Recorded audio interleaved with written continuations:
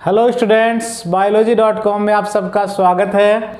आज के इस वीडियो में हम 5 जगत अवधारणा पढ़ने वाले हैं। 5 जगत अवधारणा या 5 किंगडम सिस्टम आज के इस वीडियो में हम पढ़ने वाले हैं। 5 जगत अवधारणा से पहले हम उससे पहले जो अवधारणाएं दी गई थी जंतुओं के वर्गीकरण से संबंधित, पहले उनको डिटेल से देखते हैं, फिर 5 जगत अवधारणा के मुख्य बिंदुओं पर चर्चा करेंगे।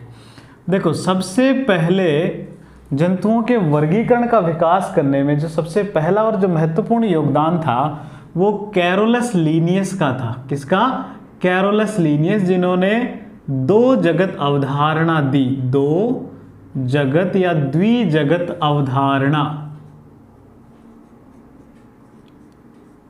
द्विजगत अवधारणा ये थी 2 किंगडम सिस्टम। 2 किंगडम सिस्टम, 2 जगत अवधारणा या द्विजगत अवधारणा है इंग्लिश में से 2 किंगडम सिस्टम जो है ये कैरोलस लीनियस ने विकसित किया। किसने? कैरोलस लीनियस ने। और याद कीजिए, पिछले वीडियो में हमने देखा था कि कैरोलस लीनियस ने द्विनाम पद्धति भी दी थी। तो 2 से संबंधित जो बात है, द्विजगत अवधारणा हो चाहे द्विनाम पद्धति हो, दोनों किसने दी? कैरोलस लीनियस ने। कैरोलस लीनियस ने इन्होंने ये जो 2 जगत अवधारणा थी वो 1735 में प्रस्तुत की थी। और इनके अनुसार जितने भी पूरा सजीव जगत जो है, उस सजीव जगत को 2 जगतों में इन्होंने बांटा, बहुत मोटे मोटे तौर पर, कि एक तो पादप और जंतु। तो जो पादप थे उन्हें तो उन्होंने रखा प्लांटी वर्ग में, और जो जंतु थे दूसरा जो जंतु थे उन्हें एनिमेलिया में रखा। एनिमेलिया। तो प्लांटी में तो इन्होंने पादपों को रखा और एनिमेलिया में उन्होंने जंतुओं को रखा। सीधे सीधे ये प्रकाश संश्लेषी और सेल वॉल युक्त थे, और ये अप्रकाश संश्लेषी दूसरों पर निर्भर है भोजन के लिए, यानी कि विषम पोषी, और इन पर किसी तरह की कोई सेल वॉल नहीं थी। तो ये जो 2 जगत अवधारणा शुरू में कैरोलस लीनियस ने प्रस्तुत की, लेकिन इसमें बहुत सारी कमियां थी। जैसे प्लांटी जगत में जो है लगभग सभी जो सूक्ष्म जीव थे उन सबको रख दिया, कवक जो होते हैं उसको भी इसी में रख दिया जो कि विषम पोषी होते हैं। ठीक है, तो कुछ लक्षणों के आधार पर ही ये वर्गीकृत किया था, इसलिए ये अधिक समय तक जो है ज़्यादा मान्य नहीं हुआ। इसके बाद में 2 जगत अवधारणा के बाद में दूसरी है त्रिजगत अवधारणा। 2 जगत द्विजगत के बाद में है त्रिजगत अवधारणा या 3 किंगडम सिस्टम। 3 किंगडम सिस्टम, त्रिजगत अवधारणा, ये जो अवधारणा थी वो हैकल ने प्रस्तुत की थी। किसने? हैकल ने 1866 ईस्वी में इस अवधारणा को प्रस्तुत किया। इन्होंने क्या किया कि जो सूक्ष्म जीव थे उन्हें एक नए वर्ग में रख दिया। इन्होंने जो त्रिजगत दिए, जो 3 जगत दिए थे, वो ये 2 तो थे ही थे। कौन कौन से? प्लांटी भी था, एनिमेलिया भी है, लेकिन इन्होंने एक नया जगत इंट्रोड्यूस किया, एक नया जगत इजाद किया, नया जगत लेके आए, और वो था प्रोटिस्टा। प्रोटिस्टा, जिसमें जो सूक्ष्म जीव है उसे उन्होंने प्रोटिस्टा जगत में रख दिया। तो कई बार सीधे सीधे प्रश्न आया है कि ये जो प्रोटिस्टा है वो किसके द्वारा जनरेट है, किसके द्वारा दिया गया है। इसको प्रपोज करने वाला वैज्ञानिक कौन था? तो वो थे हैकल। कौन थे? हैकल। इसे अच्छी तरीके से याद रखना है। प्रोटिस्टा किसने दिया? हैकल ने। प्रोटिस्टा हैकल ने दिया। तो 2 जगत तो प्लांटी और एनिमेलिया तो थे ही थे, त्रिजगत में हैकल ने एक प्रोटिस्टा और जोड़ दिया जिसमें सूक्ष्म जीव रखे गए। ठीक है, उसके बाद जो आया नई अवधारणा वो थी चतुर्जगत। नेक्स्ट थी चतुर्जगत अवधारणा, यानी कि 4 किंगडम सिस्टम। 4 किंगडम सिस्टम, जिसके अंदर कुल कितने किंगडम विकसित किए गए? 4 किंगडमों का निर्माण हुआ, 4 जगत जो है वो दिए गए। और इनको प्रपोज करने वाले जो वैज्ञानिक थे, ये जो देने वाले वैज्ञानिक थे वो थे कॉपलैंड। इसमें आपको ये जो जगत है इसमें साइंटिस्ट का नाम और उन्होंने कौन सा नया जगत जोड़ा, बस ये बात आपको याद रखनी है। तो कॉपलैंड ने 1936 में 1936 ईस्वी में एक और जगत इंट्रोड्यूस किया। ये 3 जगत पहले से थे। चतुर जगत में जो नया जगत जोड़ा गया वो कौन सा था? ये 3 तो पहले से ही थे, नया उन्होंने जोड़ा मोनेरा। इन्होंने एक नया जगत जोड़ा मोनेरा। और बाकी सब ये ऐसे कैसे थे? वैसे ही प्रोटिस्टा, वैसे ही प्लांटी और एनिमेलिया, ये सभी थे। लेकिन नया इन्होंने जोड़ दिया और नया जो था वो था मोनेरा। बहुत महत्वपूर्ण है मोनेरा। इन्होंने क्या किया कि इस समय तक जो है वो माइक्रोस्कोप बहुत अच्छे विकसित हो गए थे और प्रोकैरियोट और यूकैरियोटिक कोशिकाओं की खोज भी हो चुकी थी। उनके बारे में विवरण को ध्यान में रखते हुए इन्होंने क्या किया कि जो प्रोकैरियोट जीव है, जितने भी प्रोकैरियोटिक कोशिका वाले जो जीव है, उन सभी को उन्होंने मोनेरा जगत के अंदर रख दिया। मोनेरा जगत में किसे रखा? प्रोकैरियोट्स को मोनेरा में रख दिया, जिसमें आते हैं बैक्टीरिया और ब्लू ग्रीन एल्गी, नील हरित शैवाल। ये जो है इन्हें मोनेरा जगत में रखा किसने? कॉपलैंड ने। तो ये प्रश्न भी सीधे सीधे आता है कि मोनेरा जगत किसने इंट्रोड्यूस किया? मोनेरा जगत या मोनेरा वर्ड देने वाला कौन था? तो वो थे कॉपलैंड। ठीक है, तो हैकल ने दिया प्रोटिस्टा, कॉपलैंड ने दिया मोनेरा। ठीक है, अब चतुर जगत के बाद में हम बात करते हैं 5 जगत अवधारणा, जिसे हम आज और डिटेल से पढ़ने वाले हैं। सबसे महत्वपूर्ण अवधारणा यही है 5 जगत अवधारणा, 5 किंगडम सिस्टम। ये जो 5 जगत अवधारणा जो है ये विटेकर ने दी थी। आर.एच. विटेकर ने ये दी थी। आर.एच. विटेकर ने 5 जगत अवधारणा दी थी और ये इन्होंने 1969 में ये अवधारणा प्रस्तुत की। और इन्होंने क्या किया कि ऊपर जो ये 4 जगत जो है ये तो थे ही थे, इनमें एक कमी ये थी कि ये जो प्लांटी जो वर्ग था, ये जो प्लांटी जगत जो था, इसमें कवकों को भी रख रखा था। और कवक जो थे वो वास्तव में प्रकाश संश्लेषण नहीं करते, वो परपोषी होते हैं, विषम पोषी होते हैं, वो दूसरों से पोषण प्राप्त करते हैं। और उनकी सेल वॉल, कोशिका भित्ति भी अलग होती है। सेल वॉल, कोशिका भित्ति और दूसरे पादपों की तरह सेलुलोज की नहीं बनी होती है, वो काइटिन की बनी होती है। तो आर.एच. विटेकर ने क्या किया, उस कवक वर्ग को, कवक को अलग कर दिया और नया जगत बनाया, फंजाई। तो ये 4 तो पहले से ही थे, मैं इन्हें शॉर्ट में लिखूंगा। मोनेरा पहले से ही था, प्रोटिस्टा ये भी था, नया जो इंट्रोड्यूस किया वो था फंजाई। ये फंजाई कवक वर्ग जो है, कवक जगत जो है वो विटेकर ने प्रस्तुत किया जगत के रूप में इसे। और उसके बाद वाले तो हैं ही प्लांटी और उसके बाद में एनिमेलिया, प्लांटी और एनिमेलिया। ठीक है, तो ये 5 जगत जो है वो विटेकर ने प्रस्तुत किए। कौन कौन से हैं इन्हें बार बार दोहराइए और इसी क्रम में इसे दोहराना है। ये इनके विकास, इनका जो फाइलोजेनेटिक जो इवोल्यूशन है, इनका जो जातिवर्तीय विकास है उस आधार पर ये वर्गीकरण है। सबसे पहले है मोनेरा जगत, उसके बाद में प्रोटिस्टा, फिर फंजाई, फिर प्लांटी, फिर animalia. Monera, protista, fungi, Plantae और एनिमेलिया। एनिमल जो है सबसे ज़्यादा विकसित माने जाते हैं और सबसे कम मोनेरा, जिसमें प्रोकैरियोट्स आते हैं। अभी हम इसे और डिटेल से पढ़ेंगे। इसके बाद जो है एक और वैज्ञानिक थे वूज नाम के, जिन्होंने, वूज और उसके साथियों ने एक नया और विकास किया और वो थी 6 जगत अवधारणा।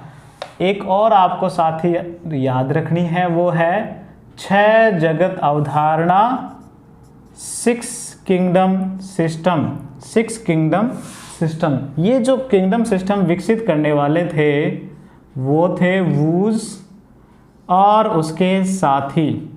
जब भी साथियों के लिए हम बात करते हैं तो एट ऑल लगाते हैं, ETAL ये लगाते हैं। तो वूज एट ऑल ने 6 जगत अवधारणा, 6 किंगडम सिस्टम विकसित किया और ये जो है वो 1999 में 1999 में इसे प्रस्तुत किया गया था। इन्होंने क्या किया, ये जो मोनेरा जगत जो है उस मोनेरा जगत को और 2 भागों में डिवाइड कर दिया और वो दो थे वो ये इस प्रकार हैं, बाकी 4 सेम रहेंगे, इन्होंने 2 कर दिया और वो थे यू बैक्टीरिया। जो 2 उन्होंने मोनेरा को डिवाइड करके बनाए वो थे यू बैक्टीरिया और आर्किया। यू बैक्टीरिया और आर्किया ये मोनेरा से बने, बाकी सब वैसे के वैसे ही है, यानी कि प्रोटिस्टा, उसके बाद में फंजाई और उसके बाद में प्लांटी और फिर एनिमेलिया। तो 4 ये हैं, बाकी इन्होंने मोनेरा को डिवाइड करके 2 बना दिए जगत, यू बैक्टीरिया और आर्किया। तो इन्होंने इस तरह 6 जगत अवधारणा प्रस्तुत की। वूज का नाम एक जगह और आता है जो आपको याद रखना है। वूज ने क्या किया, इन्होंने एक नया सिस्टम इसके बाद में और डेवलप किया और वो था 3 डोमेन सिस्टम। वूज जो थे, वूज और साथ में एक साइंटिस्ट और थे फॉक्स, जो आपको याद रखना है। मैं यहाँ इसके बारे में यहाँ और लिखता हूँ, ये वूज और उसके साथ थे फॉक्स। इन दोनों वैज्ञानिकों ने एक नया सिस्टम और डेवलप किया वर्गीकरण का, जिसे 3 डोमेन सिस्टम कहते हैं। 3 डोमेन सिस्टम, 3 डोमेन सिस्टम विकसित किया। किसने? वूज और फॉक्स ने, वूज और फॉक्स ने, जिसमें ये 2 सिस्टम, तो ये 2 जो डोमेन थे वो तो यही है, यू बैक्टीरिया और आर्किया। और इन सब को मिलाकर ये जो है प्रोटिस्टा, फंजाई, प्लांटी और एनिमेलिया, इन सबको इन्होंने एक कर दिया। और जो तीसरा डोमेन बनाया वो था यूकैरियोट्स। बहुत सीधा सा, यूकैरियोट्स, यूकैरियोट्स, यूकैरियोट्स। ठीक है, तो वूज एट ऑल का भी आपको साथ याद रखना है। इन्होंने 6 किंगडम सिस्टम भी दिया, जिसमें you bacteria, archaea, protista, fungi, Plantae और एनिमेलिया दिया। और साथ में इन्होंने फॉक्स के साथ मिलकर, वूज और फॉक्स ने 3 डोमेन सिस्टम और विकसित किया, जिसमें उन्होंने 3 डोमेन बनाए पूरे जंतु जगत के। वो थे यू बैक्टीरिया, आर्किया और यूकैरियोट्स। यू बैक्टीरिया, आर्किया और यूकैरियोट्स। बहुत आसान है, आपको याद रखना है। तो पहले तो आपको ये याद रखना है, जिसमें केवल वैज्ञानिक और उसमें कौन कौन से जगत हैं वो याद रखने हैं। 2 जगत अवधारणा, 2 किंगडम सिस्टम जो है कैरोलस लिनियस ने दी, जिसमें 2 किंगडम प्लांट्स और एनिमल। 3 किंगडम सिस्टम जो है वो हैकल ने दिया, इन्होंने नया एक और जोड़ दिया इसी में, प्लांटी और एनिमेलिया में, प्रोटिस्टा। फिर 4 किंगडम सिस्टम जो है कॉपलैंड ने दिया, जिसमें प्लांटी, एनिमेलिया, प्रोटिस्टा में एक और जोड़ दिया, मोनेरा, जिसमें प्रोकैरियोट्स रखा। 5 किंगडम सिस्टम को अभी हम डिटेल से और पढ़ेंगे। विटेकर ने दिया, 5 जगत थे, मोनेरा, प्रोटिस्टा, फंजाई इन्होंने एक्स्ट्रा जोड़ दिया, फिर प्लांटी और एनिमेलिया। 6 किंगडम सिस्टम वूज और उसके साथियों ने दिया, और उन्होंने क्या किया, मोनेरा को डिवाइड कर दिया यू बैक्टीरिया और आर्किया में। साथ में वो सभी थे प्रोटिस्टा, फंजाई, प्लांट और एनिमेलिया, ये सब तो है। साथ ही वूज और फॉक्स ने मिलकर 3 डोमेन सिस्टम और डेवलप किया वर्गीकरण का, जिसमें उन्होंने 3 डोमेन थे वो कौन कौन से थे, यू बैक्टीरिया, आर्किया, और इन सबको मिलाकर नया डोमेन बना दिया, सीधे सीधे ही यूकैरियोट्स, यूकैरियोट्स। ठीक है, अब हम बात करते हैं 5 जगत अवधारणा जो है विटेकर ने जो प्रस्तुत की, उसमें कौन कौन से गुणों के आधार पर की। जंतु जो है, जितने भी जीव जो हैं, उन जीवों का किस आधार पर इन्होंने 5 जगत बनाए, और उन 5 जगतों की क्या क्या विशेषताएं हैं वो भी हम देखते हैं।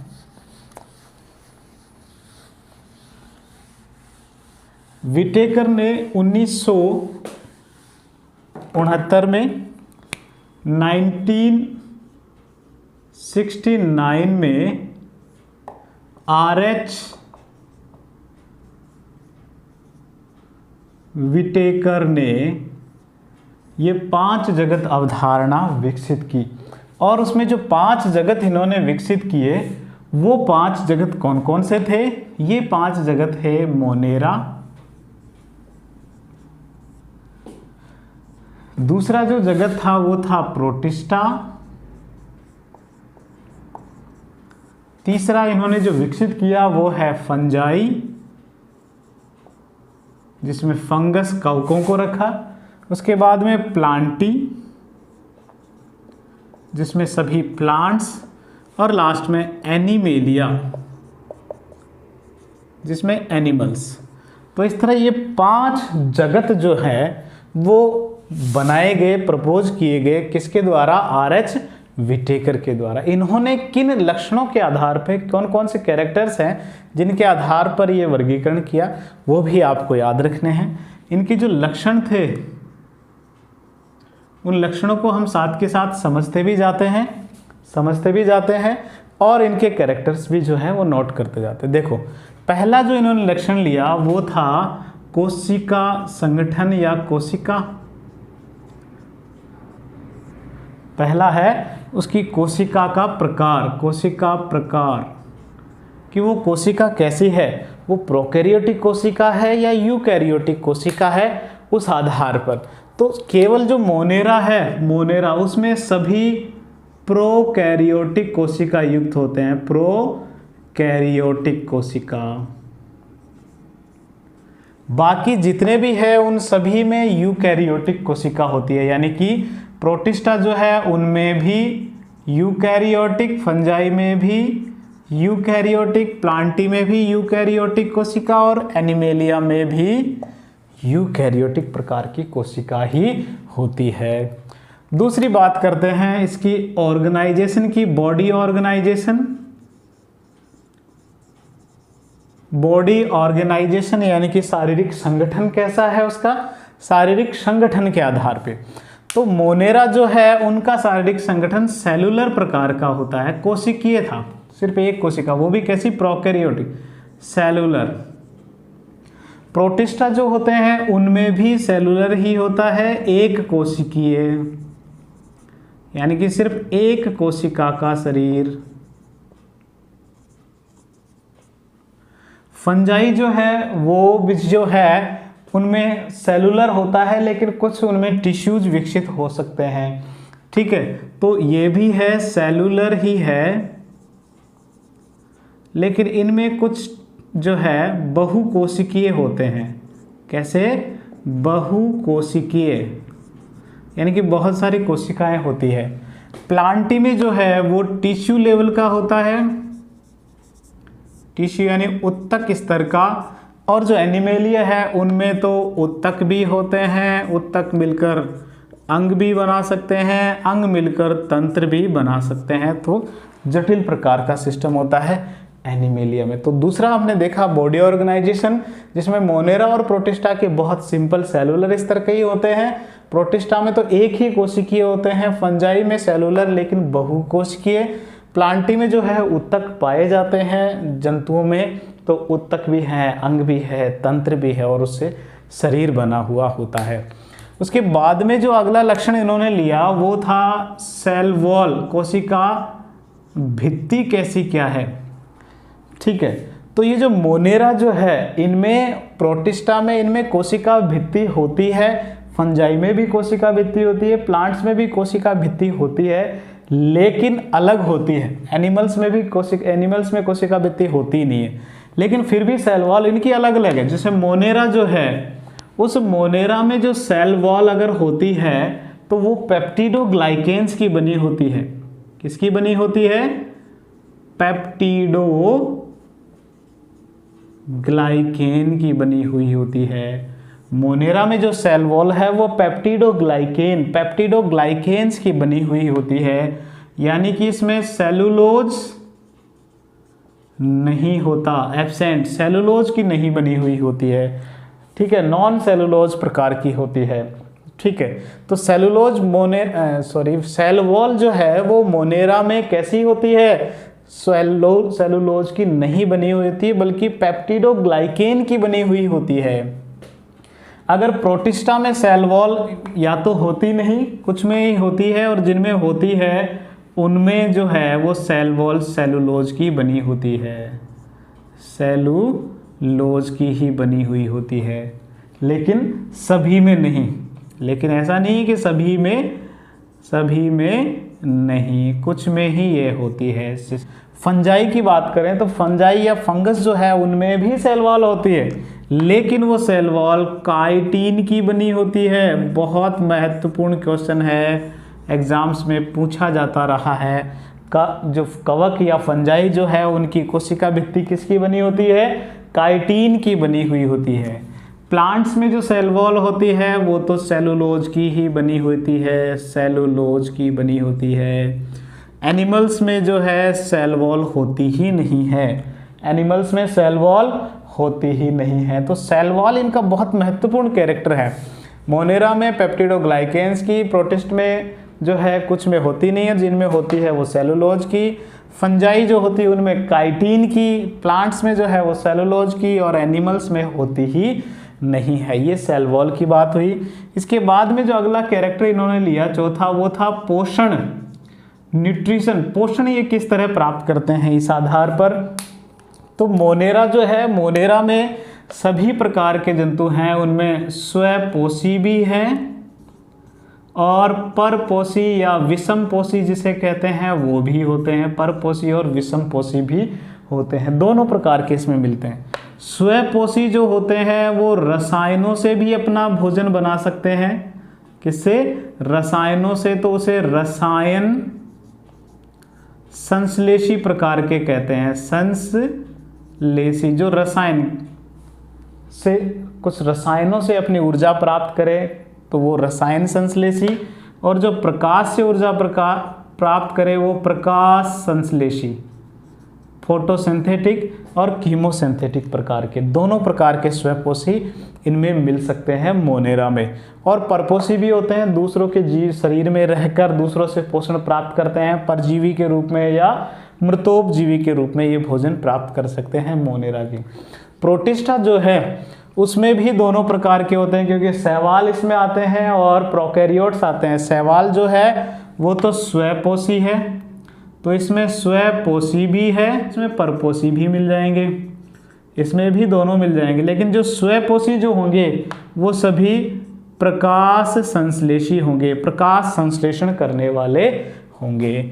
फंजाई जो है, फंगस जो है वो पहले पादपों में शामिल की गई थी, लेकिन ये जो है वो स्वपोषी नहीं होते, अपना भोजन स्वयं नहीं बनाते, बल्कि परपोषी होते हैं या विषमपोषी कह सकते हैं, एक ही बात है। विषमपोषी प्रकार के होते हैं, अपना भोजन ये दूसरों से प्राप्त करते हैं, इसलिए इनसे अलग रखा गया फंजाई। तो ये परपोषी होते हैं। प्लांटी जो है ये अपना भोजन स्वयं बनाते हैं, तो ये स्वपोषी होते हैं, ऑटोट्रॉप्स होते हैं। एनिमेलिया जो है वो तो सभी परपोषी होते हैं, दूसरों पर निर्भर है भोजन के लिए। तो इस तरह पोषण की विधि के आधार पर पोषण में क्या देखा, मोनेरा जो है स्वपोषी परपोषी दोनों तरीके से हो सकते हैं, लेकिन स्वपोषी होंगे तो रसायन संश्लेषी या प्रकाश संश्लेषी हो सकते हैं, कीमोसिंथेटिक या फोटोसिंथेटिक। परपोषी है तो वो परजीवी हो सकते हैं, मृतोपजीवी हो सकते हैं। अगर प्रोटिस्ट है तो वो स्वपोषी और प्रकाश संश्लेषी प्रकार के होंगे या फिर परपोषी होंगे। फंजाई है तो वो परपोषी ही होते हैं सभी के सभी। प्लांट्स सभी स्वपोषी होते हैं और एनिमल्स जो है वो परपोषी होते हैं। इसके बाद में रिप्रोडक्शन की बात की गई जनन के आधार पर। पांचवा जो है वो उनमें जनन किस प्रकार का होता है उस आधार पर। तो जनन बाकी सभी में तो लगभग निषेचन से बनते हैं, नर युग्मक और मादा युग्मकों के निर्माण से, बाकी सब में होता है, लेकिन मोनेरा में इस तरह का जनन नहीं पाया जाता। उनमें संयुग्मन कॉन्जुगेशन महत्वपूर्ण होता है सबसे ज़्यादा। उनमें जो होता है वो कॉन्जुगेशन द्वारा,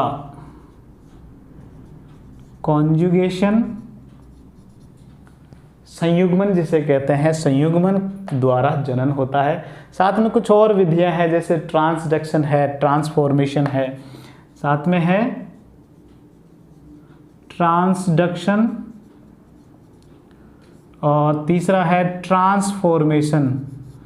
ट्रांसफॉर्मेशन इनके द्वारा मोनेरा के जो जीव हैं वो जनन करते हैं, अपनी संख्या बढ़ाते हैं। लेकिन बाकी सभी में जो है वो निषेचन के द्वारा, सभी में जो है वो फर्टिलाइजेशन या निषेचन की क्रिया द्वारा जनन होता है। इसमें भी और इसमें भी, यानी कि इनमें नर युग्मक का निर्माण भी होता है, मादा युग्मक का निर्माण होता है और दोनों में संयुग्मन होता है, निषेचन होता है और नई पीढ़ियां बनती रहती है। इस तरह जो है विटेकर ने 5 जगत अवधारणा को इन महत्वपूर्ण लक्षणों के आधार पर वर्गीकृत किया। लास्ट में एक जो है जातिवर्तीय संबंध है, तो इस संबंध के आधार पर ही एक क्रम बना है, जातिवर्तीय संबंध के आधार पर। अब आपको साथ ही साथ इसके उदाहरण भी याद रखने हैं, किसमें कौन से हैं। तो मोनेरा जो है, उस मोनेरा में सभी जीवाणु बैक्टीरिया और BGA ब्लू ग्रीन एल्गी आती है।